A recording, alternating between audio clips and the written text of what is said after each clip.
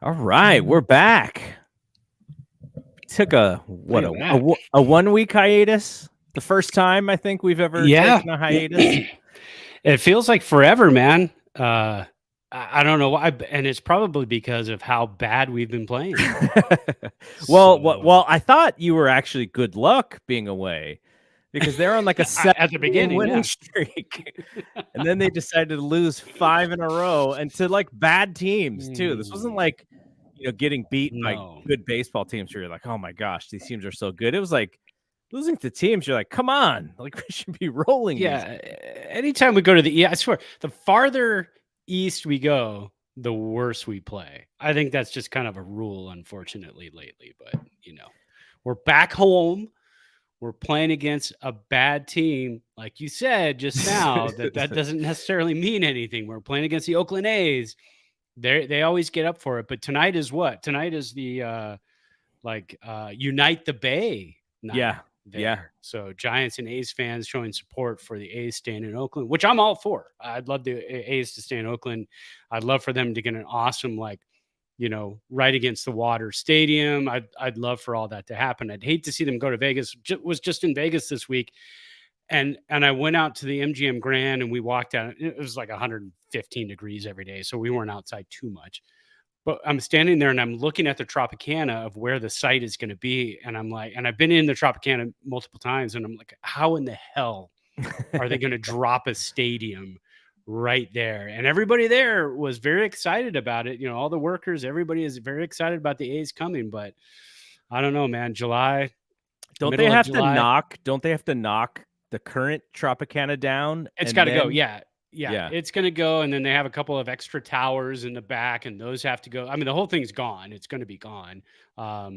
But again, we're standing there in July and 117 the first day we got there. And I'm like, how is this going to play out if they don't have a roofed in air conditioned stadium? Everybody's going to want to go if it's 117 because that's something you could do for 2.5 hours. We used to say 3 hours, but for 2.5 hours they can go in there, air conditioned, cold beer, all the cool stuff, and it's Vegas, so they're going to do it right. It's going to be insane. It's going to be crazy fun, but still, I don't know, man. It's a tiny lot. Well, you have the experience of following the hockey team who are the NHL champions. Yeah. And the Raiders, they draw very well for the weekend, but football is a little bit of a different sport in that it is a weekend sport. So you get your out of towners come in for the weekend, boom, hit a Raiders game, and you're good. This is a little bit more along the lines of how the Vegas hockey team, the Knights, is going to be with their season, but twice as long. Yeah. So can you fill a building, a small stadium, a small baseball stadium? Can you fill it 81 nights a week in Vegas? I don't know that's kind of I want to hear from the local people who can kind of give us some insight if that is actually possible, because and I guess I would ask the Golden Knights folks, like, how do they do it? Well, and again, in March and April, I think it's going to be a little bit tougher, but being there in the middle of July in the 115, 117 degree weather, there were people everywhere, man. It was packed. Nobody stayed away from Vegas because of the heat. When you walked into the casinos, it was wall-to-wall people and probably getting out of the heat. But even when you go outside, I mean, the street corners, there's people everywhere. And as soon as the sun goes down, it was insane. Cars everywhere. And the worst part about it, and we didn't have to drive. We drove in there, valeted the car at the place we were staying, never saw it again until the day we left. We took a lift everywhere, but they are repaving all of the streets for the F1 race in November. Yeah. So the streets were torn up and they had new pavement on half of the streets. They're putting new pavement on the other half of the streets just to go like 5 miles down the street to a restaurant last Monday night. It probably took us a good 35, 40 minutes to get there just because it was stop and go cones everywhere. So, and they always say, we joke about this living up in Washoe County here, down in Clark County, all over Nevada. Our state flower is the orange cone because during the summer, that's all you see. You see orange cones everywhere, street work, road work. It's just crazy. Well, the Giants, if there is a team to play, to figure things out, to escape a 5-game losing streak, it's the A's, who I believe. Let Yeah. me. I saw the standings a little earlier today. I want to make sure that I'm not wrong. 28-74. Wow. Only the That's Ki bad. only the Kansas City Royals are even close to them. I mean, the A's are the ones talked about as, like, the worst team of all time or whatever, but the Yeah. Royals are only 1 game ahead of them. Like, you're talking about 2 of the worst teams ever in baseball, and it's during the same season. And we lost 2 out of 3 to the Royals earlier this Oh season. my Let's not god. forget about that. So, that being said, at least even though we're playing in Oakland, the Giant we're playing in Oakland, correct? To note, I think today is San Francisco, and then Oh, that's right. They split it next up. weekend, they'll be in Oakland. That's right. So, at least, either way, playing in San Francisco or Oakland, Giants back home cooking. Um, Much better weather than they had across where they were, especially in Cincinnati with the rain coming and going. That was a bit crazy to have to finish off a game the next day. Speaking of the next day, that day was the last day we won. So, Yes. won 2 games that day. Technically, Camilo got 2 saves, right? In Yeah. that same day. And that was a good day. And we haven't seen a good day since. But Yes, it's been a little rough, and the offense has just been, gosh, they've been so oh, bad. terrible. But not so much the offense too, and we'll talk about it later. The starting pitching has been horrid. So you combine bad starting pitching with bad situational hitting, and because again, the Giants are getting runners on, but I haven't looked up the stat, but I can almost guarantee you they have led the world in runners left on base over the last week or two, and that's really just kind of been a huge Achilles heel for the Giants so far. Yeah, we'll get to what's upcoming, because outside of the A's here, yeah, the schedule gets pretty tough. It's They bad. they lost the gimmies. Unfortunately, they lost the Yeah. gimmies. So what should we talk about? Well, we're going to talk about the trade deadline here in a little bit. We'll sort of save that for the end, but got a couple announcements. One of which, tomorrow, you and I are going to represent this show on the Bleacher Report, the BR app. They do a streaming thing on the app, and I'm so, this is sort of kind of not last minute, but we kind of pushed back because of our schedules, and finally they were able to swing it. I literally don't even know how to, like, get into the app and sort of figure out how people find us, but I do know it's in the app, the BR app. We are going to do like a half an hour streaming show, I believe, based off of the trade deadline and what we think the Giants could do, how to improve the team, all of that good stuff. So if you have your BR app and you get notified for Giant stuff, you'll see my and Brad's face. And what are we, noon tomorrow for us? Yeah, noon our time, Pacific time. And if you're listening in on the East Coast, that's awesome. It's 8:45 there right now as we record, and you can listen to us at 3 o'clock tomorrow on the East Coast. Yeah, so it'll be a live stream. I'm very intrigued to see how it works, and Mhm. once I sort of figure out, and it's possible that we'll do more, especially if they like us.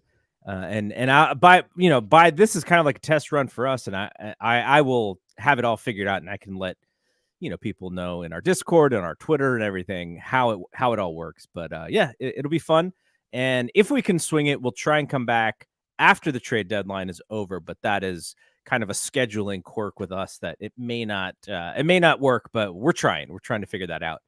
The Yeah. second announcement, and this is why I wasn't too bothered with Brad and I going dark last week's, because I had an interview yesterday that went up earlier this morning on the podcast feed and on the YouTube feed with former KNBR colleague of mine, though he was on air and I wasn't. But we were at KNBR, kind of the beginning of his KNBR career and my 1 year there at KNBR. Larry Krueger. So if you are listening to this on the BSPN audio feed, this show would have been posted yesterday. If you're watching this on YouTube, The show's up in YouTube as well, on our channel. Larry and I talked for about 75 minutes, talked about KNBR. We talked about the Niners. We talked about the Bay Area, the market. We talked about his new show, The Krug Show, on YouTube, and he was telling me how that's going. And if we'd only see, this is how we need to find our niche, because Larry had been on radio in the Bay Area for years and years and years. So he builds up this audience, and he can now take that audience to his YouTube channel. And, a good chunk of those people go and they follow him there, and he can make his living on YouTube. We need to find all the old Brad Evans, San Jose State baseball, San Jose Giants fans, and bring them here so we can get those, several thousand in the live stream to see Brad. Several thousand. Where are you getting that from? but we had a fun following back in the day. A lot of people would tune in and check out the San Jose Giants games. I remember doing some of the games, sitting up in the booth in San Jose at Municipal Stadium, and I'd say something, stupid, funny. I thought it was funny, but then every once in a while you see people with headphones on just kind of turn around and look up at the booth. Okay. People are listening. That's awesome. All right. Well, we're going to go through all the latest in Giants baseball. And like I said, we'll talk some trade stuff, but there's been a lot of news since the last time we recorded. So we'll go through all of it. But before then, I think we're going to do what we're drinking first, because it is a little warm. And by the time we get to it normally, it might be gone. So we're going to do that first. So Brad, what are you drinking? All right. So so my 50th was a week ago, a little over Happy a week birthday. ago. Thank you. I saw you put that on the social media. I appreciate that.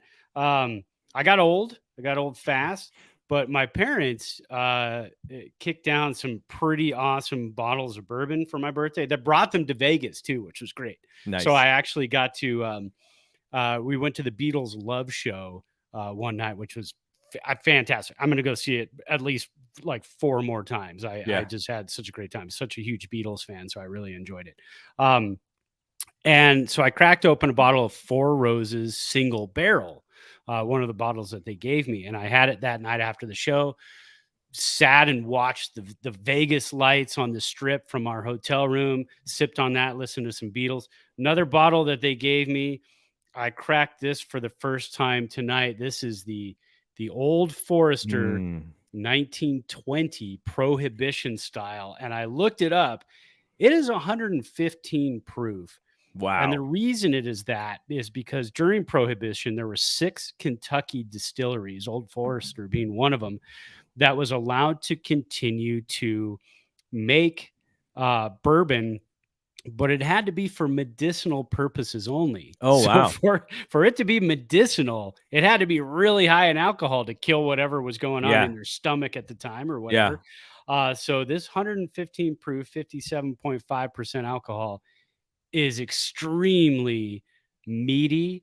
It's got a lot of like chocolate and smoky notes at the end. It is a heavy bourbon, which is what I really enjoy. I poured a 2-ounce pour. I put an ice cube in there to open it up a little bit. I told you at the beginning of the show, I go, this is going to go fast. And I took my first sip. I go, no, it's not going to go fast. It's a sipper. It's going to last. I need to find that after the show. That sounds amazing.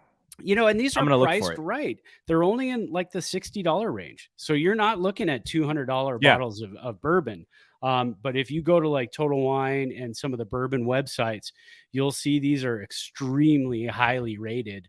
Because I don't like to break the bank, and I don't like people to break the bank on me either. So because you're someone who enjoys all different types. You're not someone who's just like, oh, I'm only going to drink the $150 bourbon. Like, who's like that? I mean, I'm sure there are some people like that. But. Oh, there are. I want it attainable. I want to be able to drink a bottle and say, oh, I'll get that again. Yeah. Not every year, but again, maybe next year, maybe the year after, but I'm going to really kind of cherish these 2 bottles. They're going to last quite a long time. If I just need some bourbon to sip on outside on the porch, I'll grab my Evan Williams. I'll grab my Bottled in Bond or whatever else, my Whistle Pig. But this stuff, again, for the price point of like $60-65, highly recommend. Yeah, I'm going to find it. I liked your description of you're like, this might go fast. Oh no, this is not going to go very quickly. No, this is a put your feet up and put on some good music bourbon. All right, so for me, well, this is technically I had a sip of a drink earlier because I do another podcast on Tuesdays during my lunch hour. I even have it on my work calendar, like lunch, and it's called We're Live, Pal. And my colleague, he and I made a bet several weeks ago. It was probably about 4 or 5 weeks ago now, and it was about whether or not something was going to happen on one of the wrestling shows. And literally after we finished recording, we did the bet, and I said, it'll be over a bottle of scotch. He gets the news that I already lost the bet, and what was planning to happen was going. And so I had to pretend to our listenership that the bet was still in play when I knew I was already going to lose it. So, but finally we paid it off, and I got him some Glenlivet scotch, the Founder's Reserve, which I enjoy and I have. And so we had that over the air, but I was like, dude, you're off of work. I'm on my lunch break. So I had like the tiniest sip just to cheers. And I was like, plus I'm going to do my Thompson and Clark show, and we're going to have a drink. So I got to be safe. So I had a little tiny sip, but it was, it was fine. It was during the day. So that's what you've got now. Did you pour more? No. So no, come on. I decided, since I already had the little sip of scotch, that I was going to go to the bourbon because, and it's been warm. It's not as warm as it was for you in Vegas, but it was in the high 80s this week. I think it may have even hit low 90s over the weekend. And so it's warm right now. So I decided to do one of your favorites with the Zevia ginger ale and with the Trader Joe's bourbon. And it is very refreshing. And I'm enjoying my cold drink while we do this podcast. So nice. I'm thinking about, I'd like to try to throw in a little wedge of lemon in that sometime for a little citrus kick instead of we have a lemon tree in our backyard. Oh, there you go. But Crystal, when she went back there the other day, she said that they were all gone. So we have this sneaky suspicion that someone comes and snags them or something. Oh, from your backyard? Yeah, like someone. Maybe it's the neighbor on the other side, because I think the tree may be close to the fence. I mean, not that we care, because it's not our house. So sure, but still. But yeah, so be nice to have free lemons. Yeah, no, we usually do. So, but she went out there and she's like, nope, no lemons. I was like, oh no. All right, so let's talk about some Giants baseball here. By the way, when I was talking about when Brad and I are going to go on the Bleacher Report app, I always think of this show because we do it Monday evening after we get off of work. And so for those who are listening on podcast, it'll be later today on Tuesday when we do the stream with Bleacher Report. So yeah, just wanted to clarify that before we move on to our topics du jour. All right. So since we last recorded, a couple things happened. Well, actually, a lot of things happened. Brandon Crawford went on the 10-day DL with this bulky knee that he's been having. And it's just unfortunate because I know for sure that this is not necessarily the way that he wanted to end, his Giants career. He struggled very much last year, struggling again this year, and, get old. And the Giants, I think, brought him back for those 2 years as, partially as a thank you, but also he was coming off a fantastic offensive season.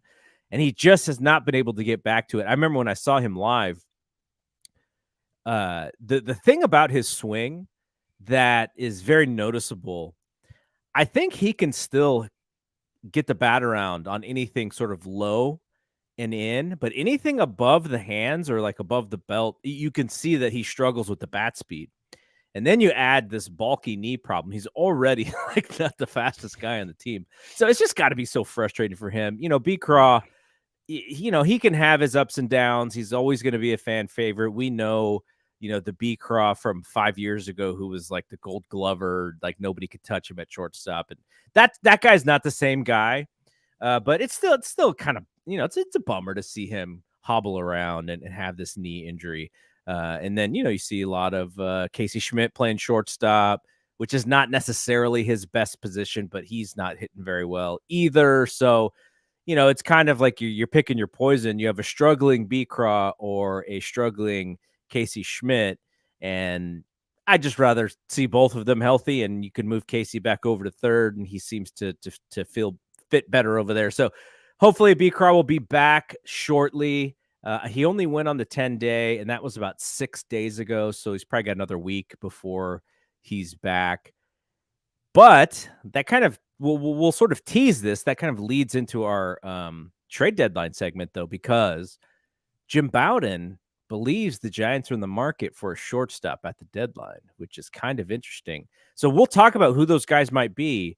But what do you think about the idea that they are going to possibly actively look for someone to, whether it's trade some time there with him or maybe push him to the bench? It's tough to watch, like you just said. It's really tough to watch heroes kind of fade away. And unfortunately, I think that's what we're watching with Brandon Crawford. And the big tell is that obviously you see in the photo, if you're watching this live, you're watching it recorded, you're seeing Marco Luciano was promoted to AAA, shortstop of the future. He's been promoted and pumped up that way for a couple of years now. The kid's only 21 years old, and then you've got Casey Schmidt who's playing shortstop right now. So I think the tell right there is it's kind of the goodbye tour for Brandon Crawford. I can't see him playing anywhere else. I think he's the type of guy who will also kind of ride off into the sunset as a Giant, the same way Buster Posey did. And it's possible, again, he's another guy too that has the money who could also get into management with the Giants or some sort of I don't know, coaching staff position with the Giants. He's a smart guy. He's a shortstop and shortstops are known as kind of the quarterbacks, not only the catcher, but also the shortstops as the quarterbacks of the diamond on defense. It's hard to watch, man. It really is hard to watch because we got those flashes of good Brandon Crawford towards the end of last season after, the back injury and the knee injury. And he started to come back and everybody goes, oh, here he comes. He's starting to come back. This is Brandon Crawford. Next season, meaning this year, we're going to see that health. And he's going to have a good season. And he started off, having a decent season. And like you said, the bat speed is brutal to watch. And there have been quite a few errors this season as well, not getting to baseballs like he normally would. But I still, it's hard to watch Casey Schmidt flail at the plate, but I think defensively, making the plays that Casey Schmidt can at shortstop right now with that youth and with that arm, you kind of have to go with that, especially when you're in a pennant race and you're fighting for one of those 3 wild card spots. So I think we will see, once Brandon Crawford is healthy again, I think we are going to see him playing the infield, but I think it's going to be like one every third day start. Mm-hmm. Keep him healthy, keep him there for the playoff run. Because they still need his defense. He is still good defensively. And if there's any injuries at third base, Casey Schmidt's going to slide over there, and you really need Brandon Crawford, because otherwise you've got Brandon Crawford or you've got Marco Luciano who you can plug in at shortstop. Tyro, whenever he comes back, which is possibly September-ish, he could also play shortstop, but we're without him for another month. So, that's kind of the issue there.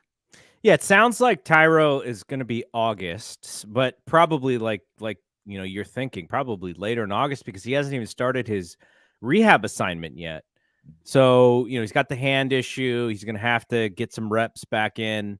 And yeah, they're going to be without him probably for another 3 to 4 weeks. And then you got a lot of Brett Wisely starting at second base. So you got Brett Wisely and Casey Schmidt as your up the middle duo, and neither of them hitting at all. Casey Schmidt's batting average all the way down to 210. Yeah. John Brebbia also probably around August. return for him, and I think he's going to be a nice shot in the arm for the bullpen when he's able to come back. You know who is close, though?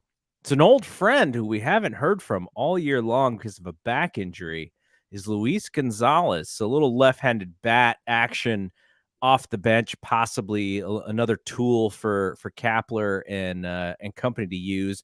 Sounds like he's pretty close as far as what I saw from Alex Pavlovich earlier today.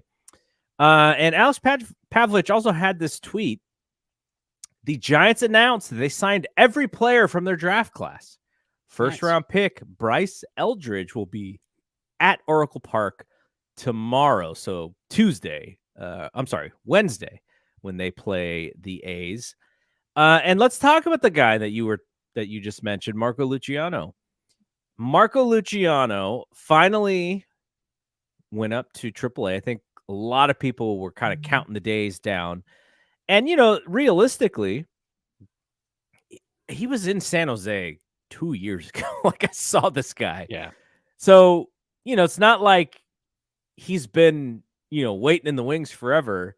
He's just been rising at the level of his age. And I almost hope that he gets this half of a season in SAC and then maybe even another half a season next year, because, he'll only be 22 by that time.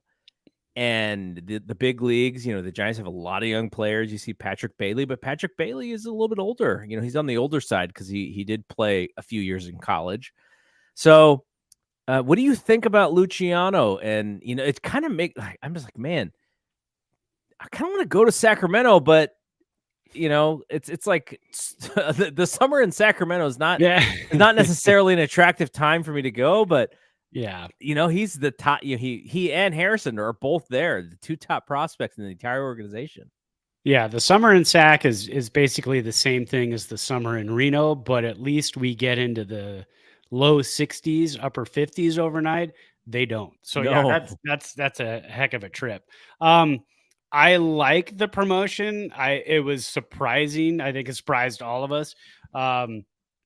Because he wasn't really hitting in AA. But we've seen the Giants do that this year. They'll push you up to AAA and they'll say, well, show us what you got up here. Yeah. And if you could hit this pitching, and it's still the old PCL, even though it's not called that anymore. So these are hitter ballparks. So your numbers are going to get a little bit inflated, but that's okay. That's okay for confidence. And I'm fine with that.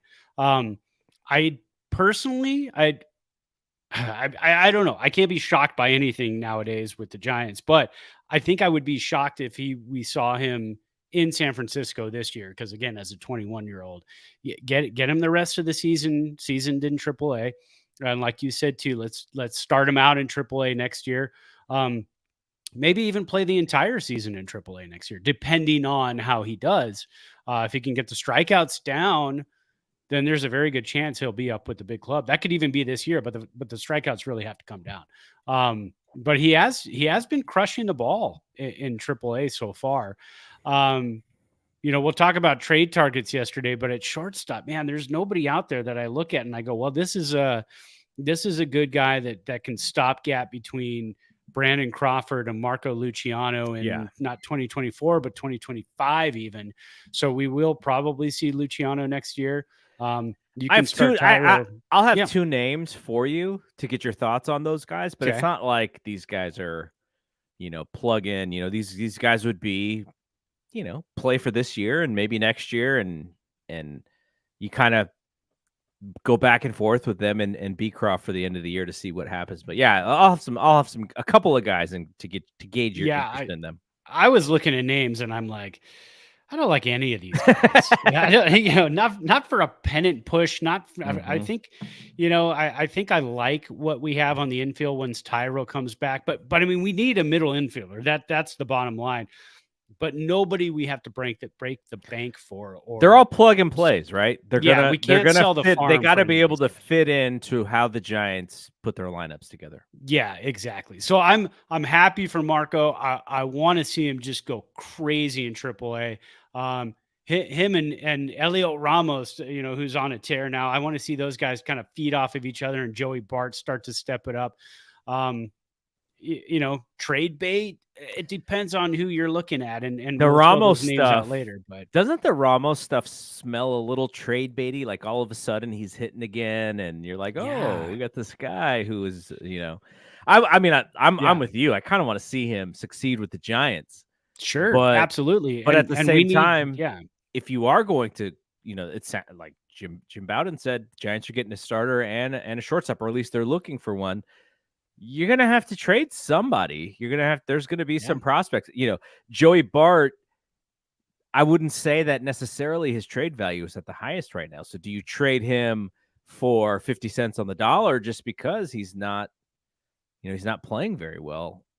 Or maybe you get 90 cents on the dollar for Ramos. Who knows? We'll see how they do yeah, that. You mentioned Luciano, and I think the thing that I want to see is how does that back hold up? right, How can the back hold up? Can he? That's why I want to see more reps. It's like, okay, let's see if he's completely okay with this back injury. Let's get him 500 ABs in AAA and see if he's hitting 25, 30 jacks, and then by that time he comes up and you're like, okay. But we've heard over the last couple of years, that his best position might not even be shortstop because he just might outgrow the position. Like you remember A-Rod. Like A-Rod was, a shortstop, and then he had to move over to play third base. That was probably going to be the better position for him as he aged older, because Luciano's kind of a big dude. So we'll see what the Giants have for him, because they have a lot of third basemen, man. You got, yeah. JD Davis, you got Casey Schmidt. So it would be best for Luciano to play shortstop, at least right now. But, maybe his future is probably not there at that position. Yeah, and it depends too, because I think you got to see what they're going to do with Casey Schmidt. And Casey Schmidt could have been trade bait as well, but now they can't afford to have him be trade bait. So I think that's going to be a bit of a problem going forward. They're really going to have to find middle infielders, and again, we're going to go over that in a little bit. I think I lost it. Did I lose you there? My camera is Oh, screwing up here, so people no, there you go. watching live can see my green screen and not my Not yet. Now you background. look like you're swimming in algae. What's going on? Yeah, I don't know what happened. It just told me that my connection, something's wrong with my connection. It's So too hot. It's overload. yeah, But But yeah, so we'll I think there we go. yeah, Casey Schmidt could, like I said, Casey Schmidt could be trade bait, but I mean, he could have been a week or two ago, but I don't think he could now. Unfortunately, in the situation that they're in, because you need a shortstop. Yeah, You have nobody, so yeah. yeah. Unless he gets moved for a shortstop, right? Mhm. So yeah, we'll talk about Yeah, those, yeah. and let's actually talk trade deadline stuff, because you had some pitchers in mind. Because one of the things about the Giants is they really only have two starting pitchers that I think fans are kind of comfortable with, and that is Logan Webb, obviously, and Alex Cobb. We had hoped DeSclafani was going to be DeSclafani from 2 years ago rather than DeSclafani from last year, and that DeSclafani was hurt. He hasn't been excellent this year. And then you got the Stripling and Manea, and you got the openers and Alex Wood, who I've been reading stuff about Alex Wood possibly being trade bait, moving him because he's not having the year, but he's a left-handed arm, so maybe there's still Yeah. value there. But yeah, like, what do you think about the starting pitching right now? And then who are the targets who have piqued your interest? Yeah, so I've have read some stuff, and I've seen some interesting things where a lot of the writers are talking about that, the Giants could be going for a fifth starter. Who's our third and fourth? So that's what I'm trying to figure out. And I was looking at that and I go, who the heck do they think our third and fourth starter who are locked in those spots Okay, are? could the third starter be someone like Kyle Harrison? Well, yeah, and he could, but he still needs to get healthy. He still needs to have a really good, couple of more starts in AAA, get the wildness down a little bit. I don't think that's a guy you're going to look at and say this is our arm that's going to take us through to the playoffs. I mean, they need more starting pitching. Yeah.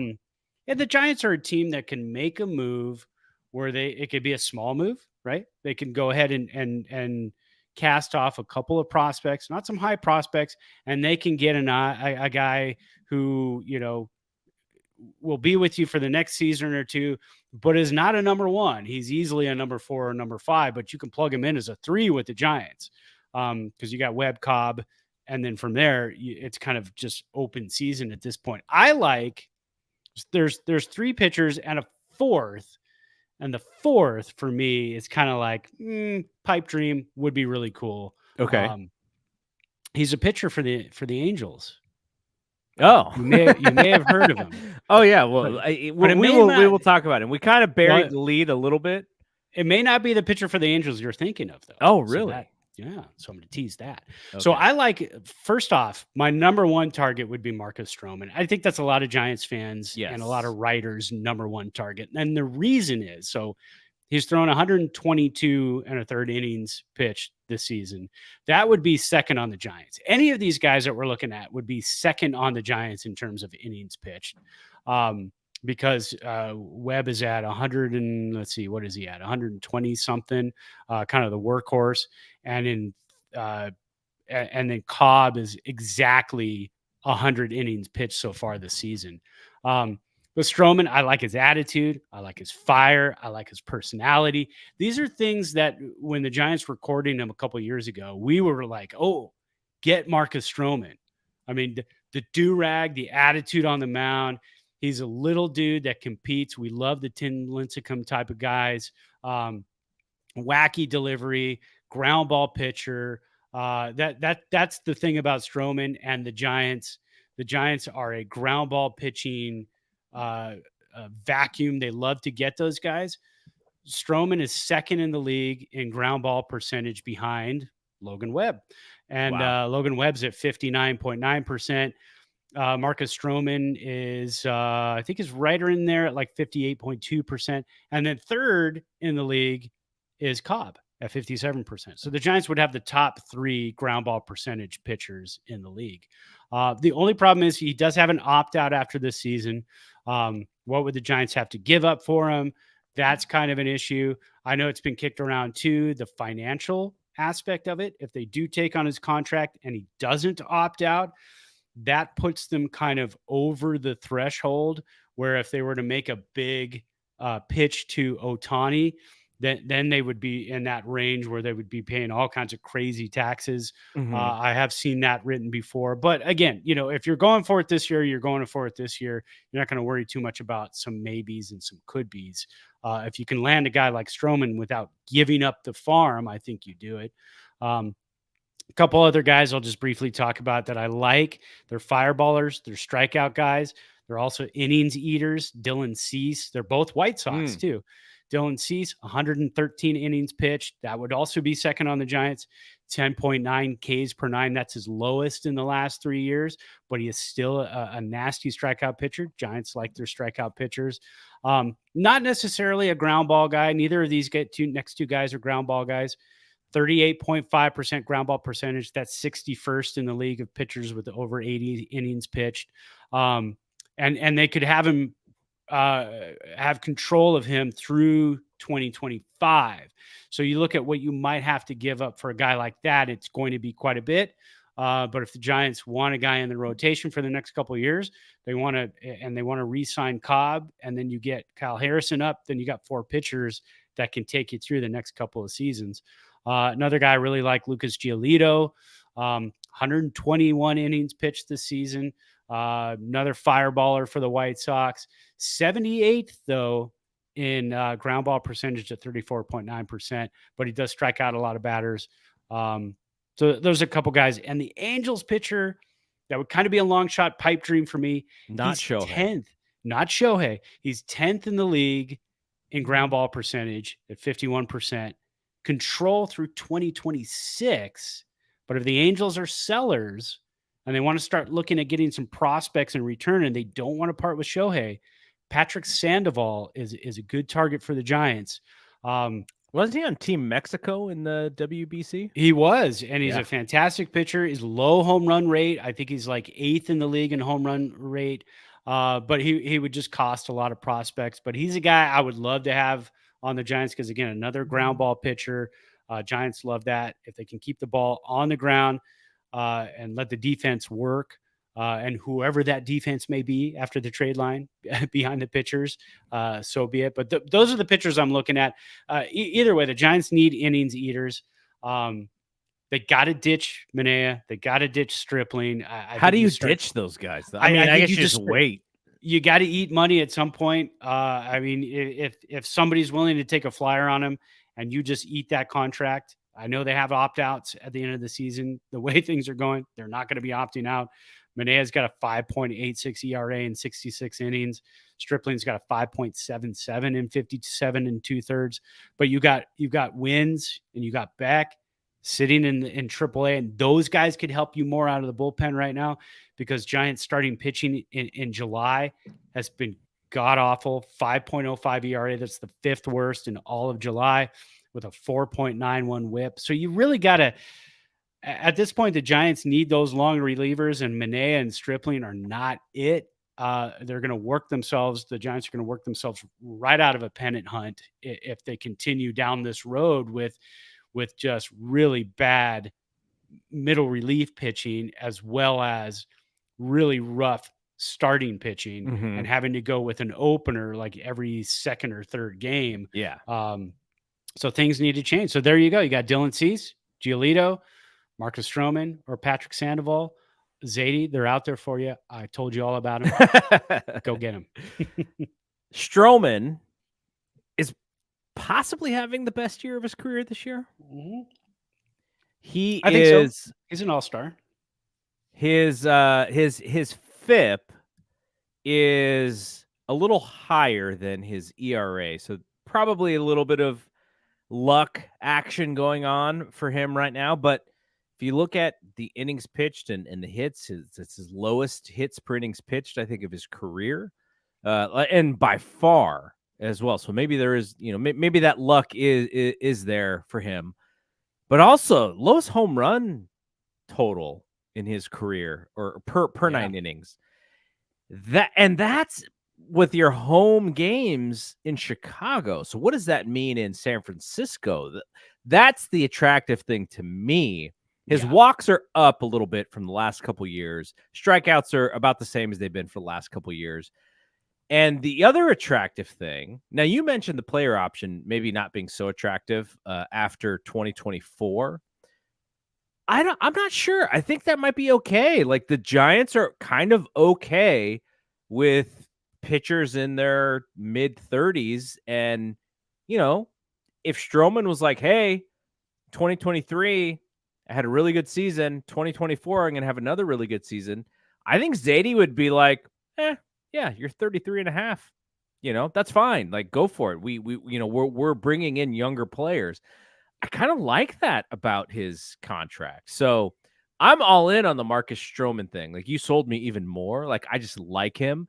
And he has had tons of good things to say about San Francisco. He's even said that he could see himself coming to San Francisco later, even though he signed with Chicago. So I think there's a nice fit there. I think there's a nice organizational fit there. So I'm 100% in. It's just what you said. What does it take to get him? Because if it takes, if Chicago's asking for the moon, like the Giants are not going to give up, one of their top 3 or 4 prospects. I don't even know if they'd give up number 5, but you'd have to give up something for him because he is a player of value, and you're not going to be able to get him with the, who was the guy that they traded for Chris Bryant, Caleb Killian. It's not going to be. Killian. Yeah, it's not going to be those. It's not going to be that kind of prospect, probably. At least I think. But who knows? We'll see. Oh, I have one name for you because this person was kind of linked to the Giants in the last couple of days, which is Justin Verlander and his $35 million contract. Yeah, not okay with that one. I mean, I love Verlander. Obviously he knows how to pitch in the postseason, but I just don't know if the Giants definitely need somebody as up in there in years as Verlander at this point. What's his contract like again? Is he a So 2-year? it's a little tricky. He's got his 40, so he's age 40 right now. He makes $43 million. Next year, he makes $43 million as well. And if he throws 140 innings next year, he is vested for $35 million. And then in 2026, he's a free agent. So that's age 42. And you could possibly be paying $35 million for that guy. That is definitely not Giants money. That's not what the Giants do. So that's not Giants. They'd have to work out something with the Mets to say, look, man, we can do this, but we got to do like a half and half contract or something like that. You got to eat half of this, or you got to eat 40% of it, because that is definitely not something the Giants tread into very lightly. Yeah.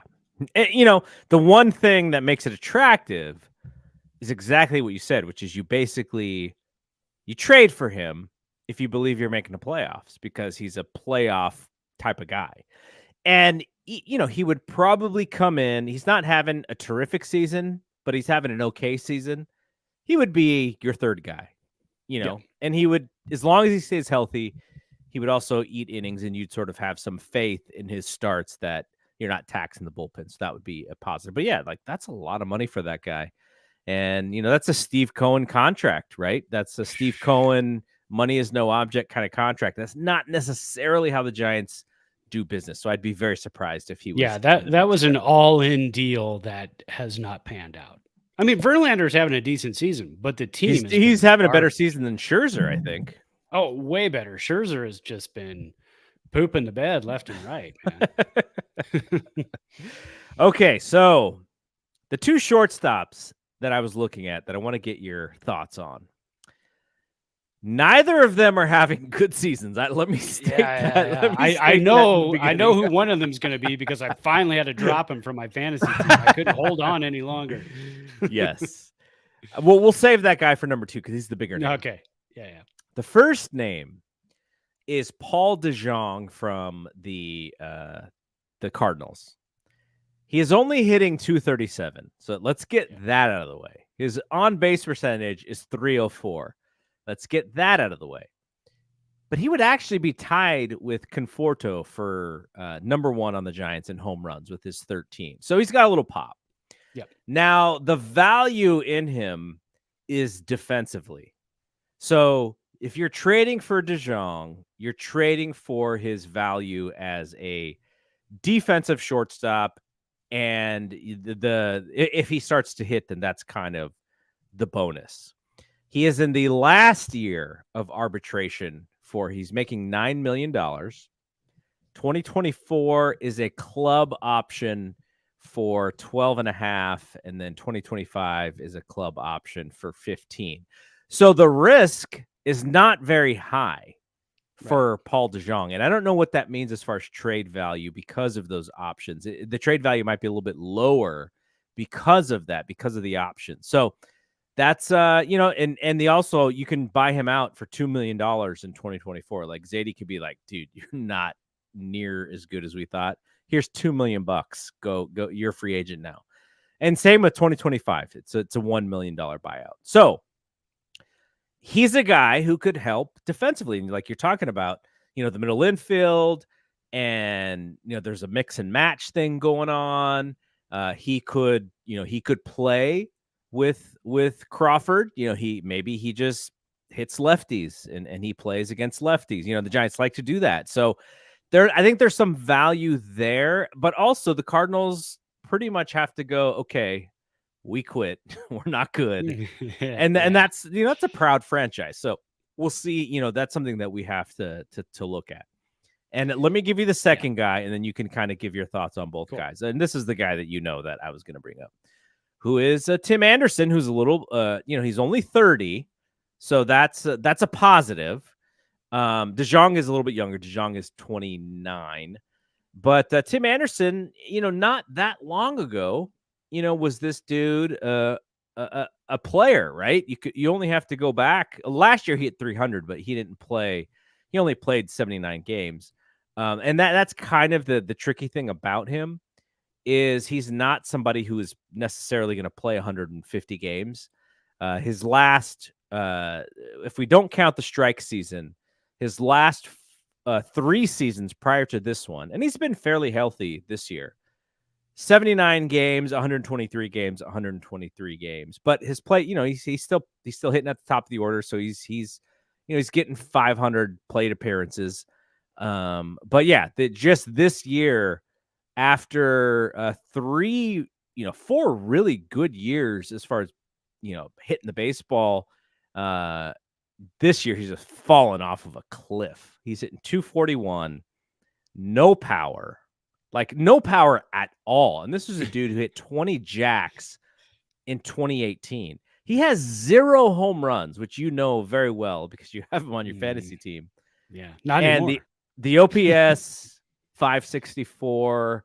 He's just not he's not hitting the baseball at all this year, which would be a detriment. But maybe it would mean that you don't really have to trade much to get him.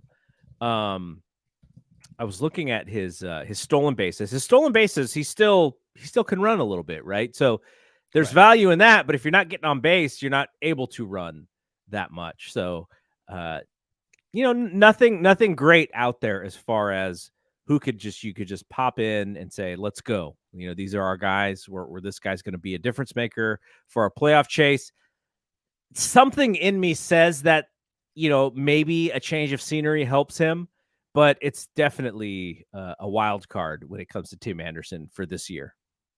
Yeah, that's a tough one. Something's definitely wrong with Tim Anderson.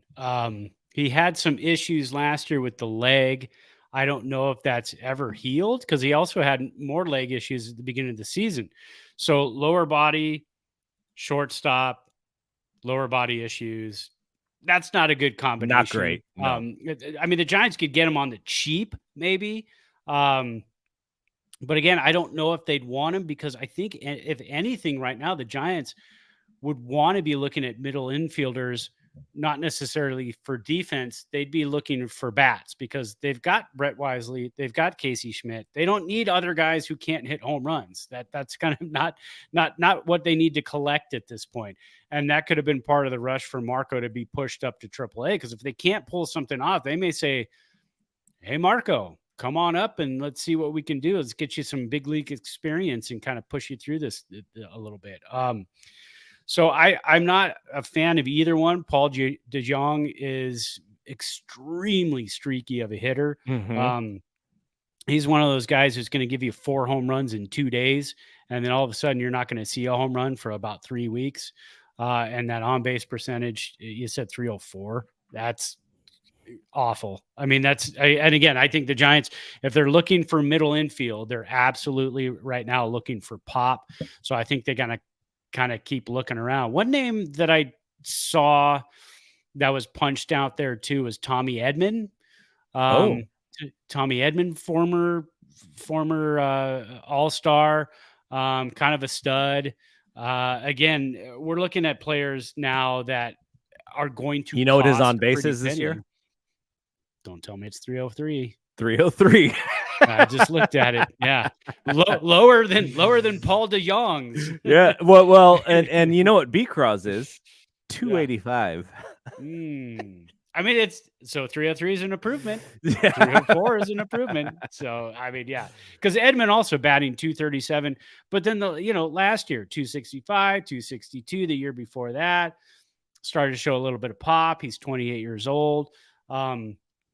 Again, the players we're talking about, 2 of the 3, DeJong and Edman, are better offensively than we have there right now, unless they're thinking Casey Schmidt's going to come around, but he is a hacker. I mean, we kind of know that he's a bit of a hacker. That's why I'm thinking the middle infield right now is kind of rough. Another name that was thrown out there, but that's pretty crazy. Ezekiel Duran from the Texas Rangers. He's batting 295, or 297, on base of 338, and an OPS of 851. He's got 13 home runs. He is a Giants type of player where he has played everywhere this season except catcher. So that's what the Giants like. So they could look to Texas for that, but Texas also, they're trying to win it. They're World trying to win Series, too. man. So what are you giving up there? Yeah. Yovera, we've heard his name thrown around for the Giants. But are they going to want prospects and take somebody off of their major league roster just to have prospects? Maybe a bullpen piece. They can have Stripling or Manea. Yeah, we could do that deal right now. so yeah, the trade deadline. I'm actually hoping that there are folks that are not on our radar who will be helpful, because what the folks that are on our radar, outside of Stroman, no one really seems like, a fantastic, like, no lose kind of situation. So we will, we'll keep checking in, and I'm sure that will change. That will change the whole, that will change sort of the way that we look at this. But right now, we're not necessarily the insiders of the insiders, but of the things that we've seen, it is it's not great. There's not a lot of guys that are out there, and some of this is the third wild card, because if you believe that you have a half of a shot to do it, which is kind of the Ohtani conversation, which we didn't really talk about, but every team, if you have half of a pulse, man, you got to check in on that guy. And if you're the Angels and you have half of a chance to get that third wild card, I feel like you have to keep him, or else you just risk your entire fan base going like, well, why are we even paying attention to this team? So that's a tough one. But Ohtani is, would you give up a Harrison, Casey Schmidt, Reggie Crawford kind of package to get Ohtani? No, and the reason is because of, I was thinking about this the other day. Of all the teams that are rumored to be in on Ohtani, that could possibly be trade partners at this trade deadline, the Giants are probably the team that rely the most and will rely the most between now and the end of the season on their prospects. Because as you see, the Giants are pulling up prospects. Ohtani is going to fill the spot of your DH, and he's going to fill your spot of a starting pitcher. But if you start trading away a Casey Schmidt, a Kyle Harrison, a Marco Luciano, all of a sudden reinforcements that you might need in August or September are gone. Yeah, I mean, just absolutely gone. And you put everything in on Ohtani. If he gets injured, you're kind of screwed. So the Giants, unfortunately, because of the way their roster is built with the veterans, but the young guys playing the way that they're playing, you can't afford to give up any of those guys in AAA or AA that could possibly be on your big league roster later on the season. And the Giants are one of those teams. Just can't do it. Yeah, man. I don't know if he's going to be traded. Sorry to break your heart. Well, I don't know. I hope he's not traded. And this is not to say, that I don't want the Giants to trade for him. I hope he's not traded because he's the best player in baseball, and the best player in baseball should not be traded if your team has a spitting distance of winning, of making the playoffs. So, well, and that's lost revenue for the Angels the rest of the season. I mean, people are coming out to watch Ohtani pitch. They're coming out to watch him hit. They're coming out. He's having a historic season. So you can't trade away the best player in baseball while he's having a historic season. That's kind of rough. You're going to not only lost revenue, but all of a sudden you're going to get people that were going to go to games anyways who have decided, well, now we're not going to go anymore. So it would be ugly. It would be very bad. All right. Well, we will have more to say tomorrow or Tuesday on our Bleacher Report live stream. We're going to talk more trade deadline. We're going to talk more about the guys that we think maybe the Giants have a chance at grabbing. But yeah, that is it for this show. So appreciate everyone checking in, and my guy Shelvin, who watches the shows that Roderick and I do on the 49ers, the 49ers podcast. He says the Giants and Diamondbacks trying to top each other for who can finish the month off worst. But man, what about Corbin Carroll? Jeez, that guy is absolutely amazing. And I saw somebody, I can't remember who it was. Oh, I saw somebody at work. He's in our fantasy league, and he looks at me, he goes, Corbin Carroll, you kept Corbin Carroll. What did you know that nobody else knew? I said, he was a top prospect, man. He was going to have a crazy, and he plays in Arizona, Hitters Ballpark. The guy's faster than the Flash. And so, I mean, it was just, kind of a no-brainer at that point. I kept him and Gunnar Henderson, and Gunnar's just starting to come around. But that guy's fun to watch, man. Yeah. So Giants, they have these games against the A's, these 2 games, and then they go into a series with the Red Sox, who are very close to their record, and then the big series against Arizona. That's going to be a good one. And then Atlanta a couple of times too. Hey, we're looking at some craziness coming up. So we will be back next Monday on the YouTube feed. So show will be out Tuesday morning, and we'll be talking about maybe at that point there will be a trade that happens, because the trade deadline is actually August 1st. So we'll have kind of like the last ditch, the last information before the trade deadline on next Monday's show. So for Brad, I am Double G. We will see you when we see you. Peace out. Peace.